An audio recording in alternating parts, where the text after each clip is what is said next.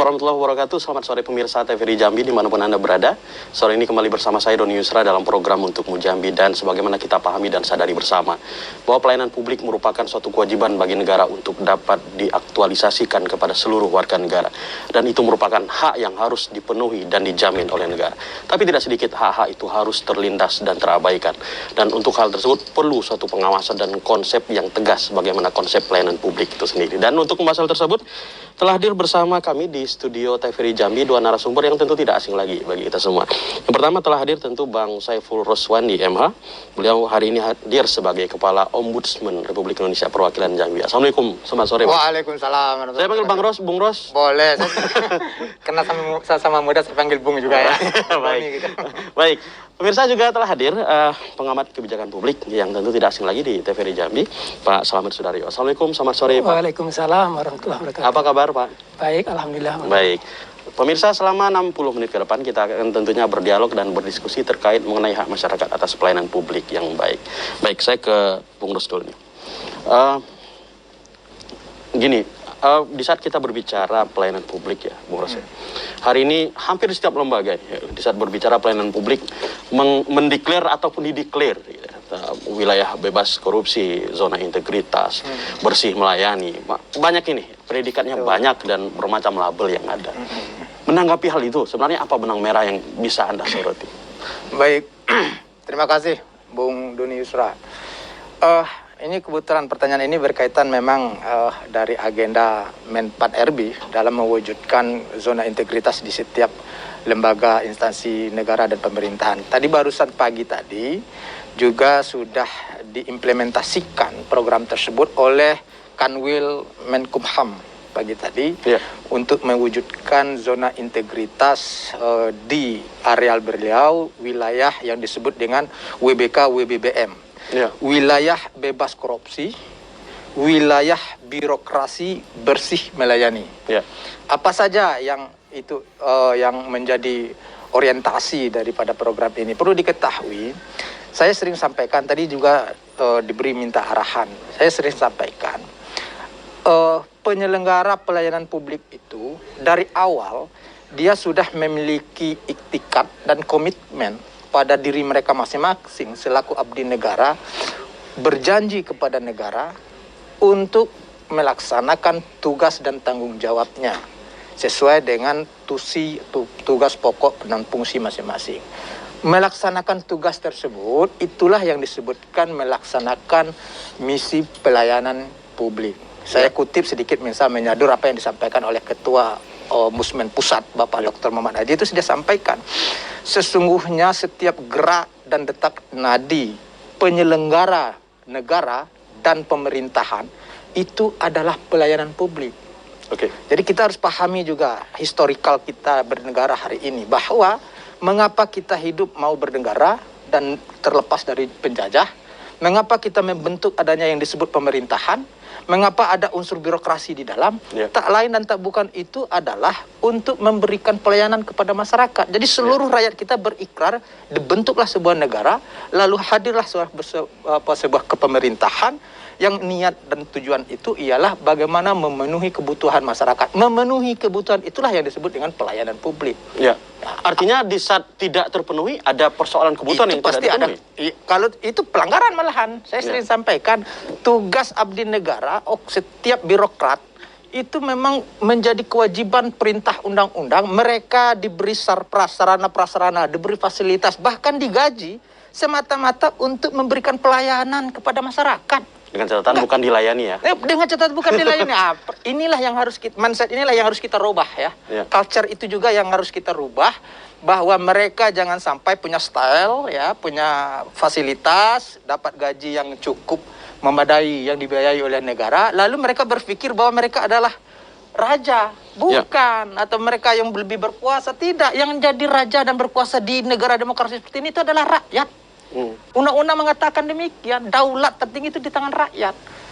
Dan mereka hari ini yang sudah diberi sarana tersebut diberi tugas dan tanggung jawab untuk memberikan pelayanan publik. Ini yang harus dipahami dan itu memang perintah konstitusi kita dan undang-undang. Contoh, negara sudah hadirkan hari ini yang disebut dengan Undang-Undang tentang Pelayanan Publik, Undang-Undang nomor 25 tahun 2009. Artinya ada klausul perintah kepada setiap penyelenggara negara, setiap kepemerintahan untuk melaksanakan perintah undang-undang, memberikan pelayanan sebaik-baiknya, sekualitas-kualitasnya, yang itu merupakan hak masyarakat untuk didapatkan. Baik, saya ke Pak Slamet. Kalau Anda sendiri mencermati hari ini, ya label yang namanya itikat, ya kita berbicara melihat bahwa reformasi birokrasi di Indonesia sudah berjalan, banyak predikat yang akhirnya bahkan mendapatkan penghargaan, tidak sedikit lembaga-lembaga negara mendapatkan penghargaan itu. Apakah Anda melihat ada hal yang sejalan dengan aktualisasi sebenarnya hal itu? Ya, terima kasih Bang Doni. WPK, WBSS sudah setahun yang lalu, 2 tahun yang lalu, sudah sangat ramai dan di mana-mana mempraktikkan itu. Ya. Saya kira ini tantangan tersendiri bagi Ombudsman, ya. Bagaimana paling tidak yang sudah tadi dijelaskan banyak, tapi dalam prakteknya saya kira masih jauh dari yang rakyat inginkan. Ini problem besarnya sebetulnya. Oke. Kalau secara regulasi Undang-Undang 25/2009 turunannya oleh Menpan RB itu it's okay nih. Tapi dalam artinya praktek, secara konstruksi hukum tidak ada masalah. tidak ada masalah. Sudah oke. Ya, cukup memadai. Tapi prakteknya kan sampai hari ini Ombudsman sendiri sering sekali rekomendasinya tidak bisa serta-merta diikuti oleh teman-teman di Pemda. Alasannya? Jadi banyak hal saya kira, ya. Jadi pelayanan publik memang hadir, tapi barangkali masih jauh dari yang masyarakat kehendaki. Contoh yang paling sederhana misalnya, pelayanan KTP itu kan sangat mendasar. Ya. Tapi ternyata dalam prakteknya kan ada yang berbayar, ada yang tidak. Dan bahkan ada yang menimbulkan kasus. Ya, jadi ini dari barangkali itu menurut saya Ombudsman harus lebih bergerak lebih cepat, karena saya tahu teman-teman yang sangat cukup bisa dipercaya. Nah, menghadapi aparatur birokrasi yang tanda petik nakal dan sebagainya, ya cuma sekedar rekomendasi saja. Ini kan menyulitkan sebetulnya praktek Undang-Undang 25 tadi. Ya, menanggapi itu Bung Ros, kewenangan dan artinya sebenarnya harapan kepada Ombudsman besar sekali sebenarnya. Benar. Dan kepercayaan terhadap Ombudsman masyarakat ini kalau versi Pak Slamet ya tinggi sekali. Tapi kalau versinya masih ada keterbatasan kewenangan di sana. Betul. Jadi ini kan kita sudah ngatur jarak juga biar ini tereksplor pikiran-pikiran untuk kita diskusi, ya. Izinkan saya membuka masker. Jadi begini, apa yang disampaikan oleh Pak Slamet itu benar adanya. Secara fakta banyaklah kendala dan persoalan pelayanan yang memang belum begitu terwujud. Ini problemnya kembali kepada oknum-oknum tertentu. Saya sepakat bahwa setiap regulasi sudah diatur semua dalam konteks bagaimana penyelenggara pelayanan publik itu memberikan pelayanan sebaik mungkin kepada masyarakat. Pertanyaannya, sejauh mana seorang birokrat, seorang abdi negara mengartikulasikan seluruh regulasi itu dipraktekkan dalam hal kualitas pelayanan kepada masyarakat. Ya. Satu. Yang kedua, contoh, kalau memang hari ini Ombudsman memang dihadirkan sebagai lembaga negara untuk mengawasi seluruh penyelenggara pelayanan publik. Seluruh. Yang dengan syarat bahwa setiap penyelenggara pelayanan publik itu baik sebagian maupun seluruhnya sumber anggarannya itu dari APBN atau APBD. Jadi mengawasi. Artinya termasuk BUMD juga? BUMD.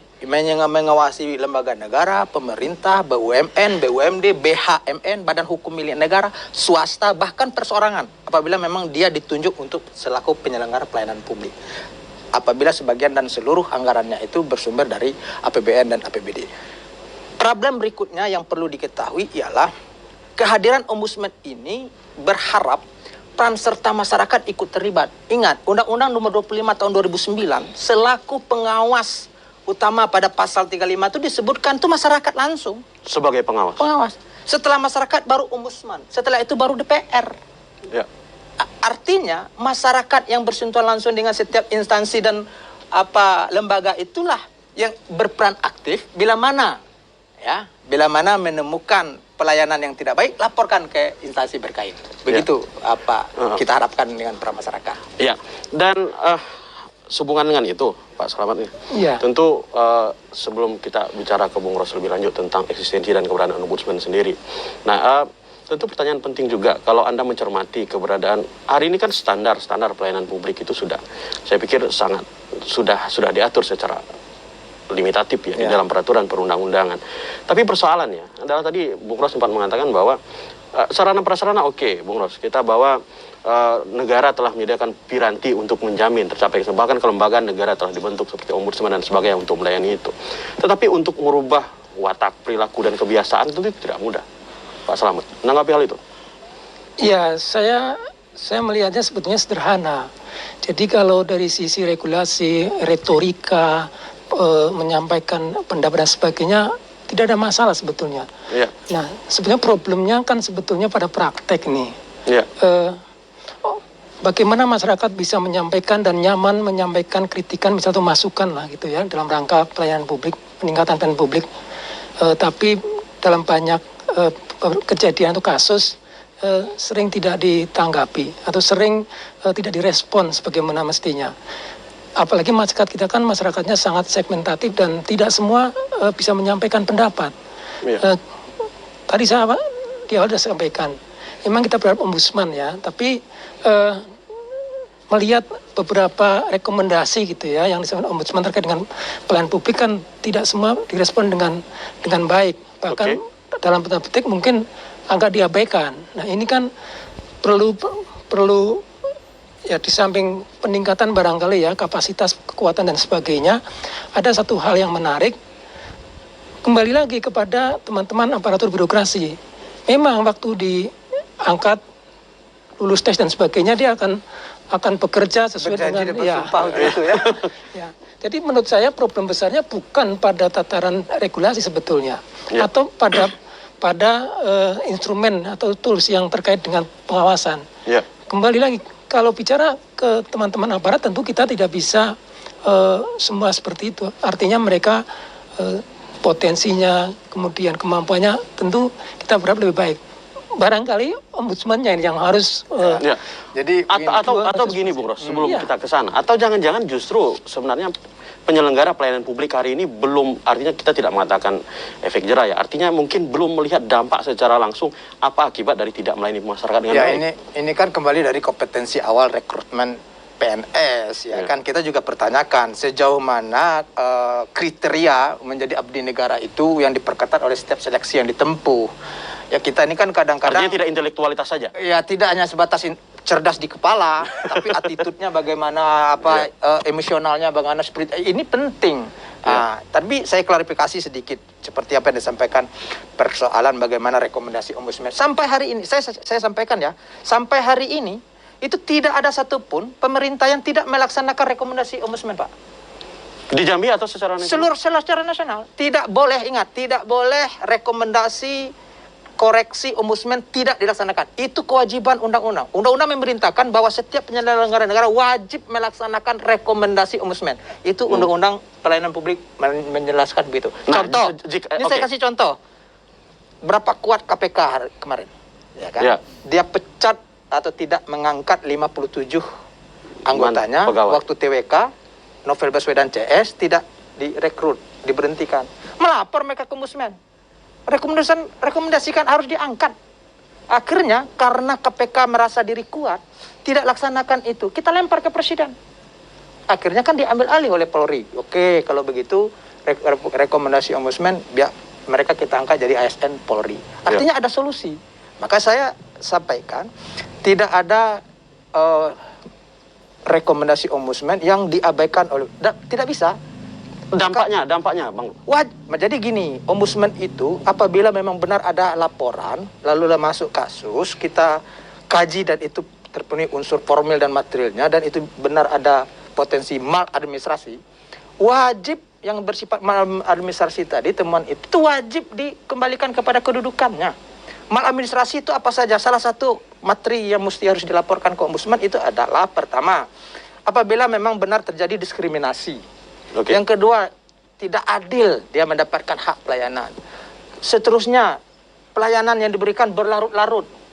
Ngurus SIM seharusnya SIM KTP sertifikat 14 hari kerja sampai 3 tahun atau 3 bulan, lapor dengan ombudsman. Kita pastikan itu jalan sesuai prosedur. Oleh karena itulah kita selalu mengajak dan menghimbau kepada masyarakat, bila mana memang benar ada temukan maladministrasi di penyelenggara pelayanan, laporkan ke ombudsman. Kita pastikan pasti itu jalan. Tidak boleh tidak lanjutkan. Kenapa? Karena pelayanan publik itu sedang melaksanakan perintah undang-undang. Jadi nggak boleh mereka abaikan. Ya. Tetapi kalau memang warga sulit tidak melaporkan atau tidak memberitahu kita, susah untuk kita tahu. Contoh, di Dukcapil tadi disampaikan. Ya. Itu kemarin Dukcapil terbongkar kasus itu karena Ombudsman melakukan investigasi. Langsung melakukan investigasi ke lapangan, langsung melakukan intelijen tersembunyi, kita bongkar. Yang penting kasih tahu dengan kita bahwa ada dugaan maladministrasi di situ.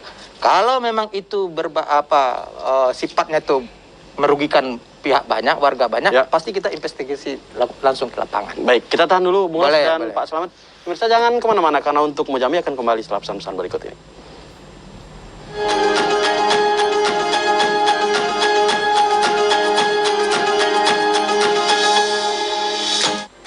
Bapak, Ibu, saudara-saudara, saat ini semua wajib pakai masker. Kita pasti bisa menghadapi pandemi ini, Indonesia pasti bisa.